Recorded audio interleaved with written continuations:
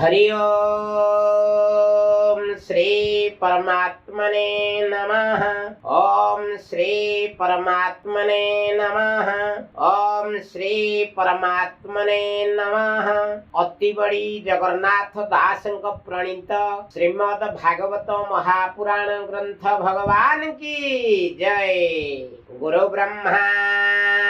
गुरु विष्णु गुरुदेव महेश्वरं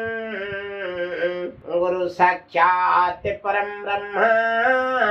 तस्मै श्री गुरवे नमः। अखंड मंडलाकारं व्याप्तं चराचरं तत्पदं दर्शितं तस्मै श्री गुरवे नमः। वक्रतुंडा महाकाय सूर्यकोटि समप्रभ निर्विघ्नं कुरु मे देव सर्वकार्येषु सर्वदा। त्वमेव माता च पिता त्वमेव बन्धुश्च सखा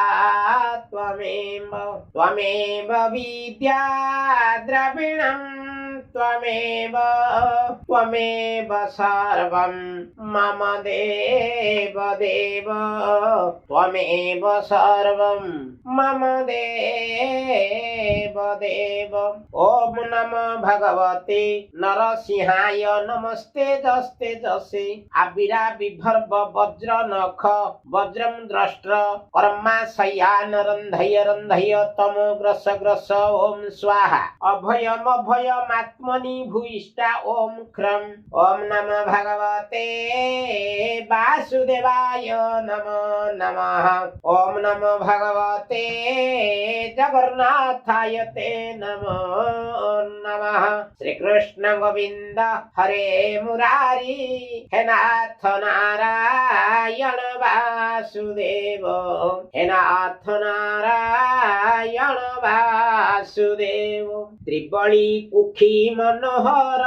आवर्तनाभि सुगभीर विकीर्ण केश दिगंबर विभूति भूषण शरीर प्रलम्ब भुज जानु जाए दिशे अमर बर प्राय शरीर वर्ण रुचि श्याम रूपे तुलित नोहे काम किय बा देवा पटांतर कामिनी जन मनोहर एमंत रूप तांक देखी मुनिए आसन उपेक्षी जानती ताहांक लक्षण से जोगी कृष्ण परायण सुख आगम देखी राजा तक्षणे आणी अर्घ्य पूजा आउ विनय भावे दंडधारी चरणे नमस्कार करी स्त्री बालक जेते थिले ता देखी भये बाहुड़िले राजा पूजिला मन तोषे सुख बसिले राजा पासे बेष्टित ऋषि गण मध्ये से सुख बसिले आनंदे शशांक जेने तारा मेले विराजे गगन मंडली प्रशांत चित्त मुनिवर अकुंठ धीषणा जाहार से मुनि पादे नमस्कार करी जोड़िला बेनिकर निर्मल वाक्य सुधाधार मुनि की चाही नृपवर पुछई बेनिकर जोड़ी चरणे पुण पड़ी पुछई बेनिकर जोड़ी गोविंद चरणे पुण पड़ी गोविंद।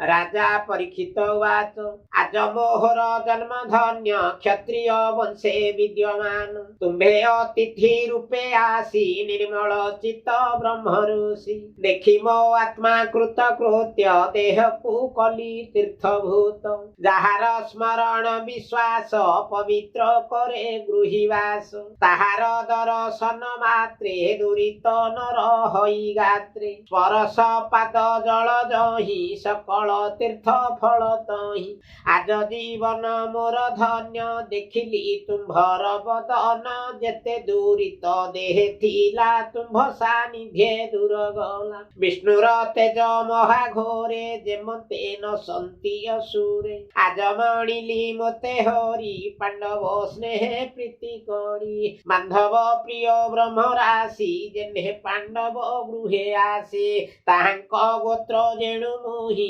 तेणु सदय मोरे होई गोविंद गोविंद गोविंद पदु गळुछि मकरंद कृष्णर दया जेणु होई तुम्भ दर्शने योग्य मोहि अव्यक्त गति जे तुम्भर के ताहा करिब गोचर मरण काले तुम्भ संग तरिली भव तरंग जोगींक मध्ये तुम्भे गुरु जेने अचल महामेरु देख मो जीव जीवा काले किबा साधिबी मही तले किबा शुणिबी कर्ण पथे स्मरण कि करिबी चिते किबा बदने उच्चारण भजिबी काहार चरण तुम्भे जे प्राणींकर द्वारे दंडे न रह मन स्थिरे गोदेह मात्रे तुम्भ गति एणु मोहर मने भ्रांति गोदह मात्रे तुम्भ गति गोविंद एणु मोहर मने भ्रांति गोविंद कहती सुत सुध मने गोविंद शुण सकल मुनि जने गोविंद सुत वाच एमंत परीक्षित वाणी आनंदे सुख मुनि शुणी हरसे मुद्रित लोचन चित्ते चिंतिले भगवान से मुनि चरण कमले सुजने चिंत ध्यान बळे प्रथम स्कंदे भागवत वर्णई दास जगन्नाथ प्रथम स्कंदे भागवत गोविंद वर्णई दास जगन्नाथ गोविंद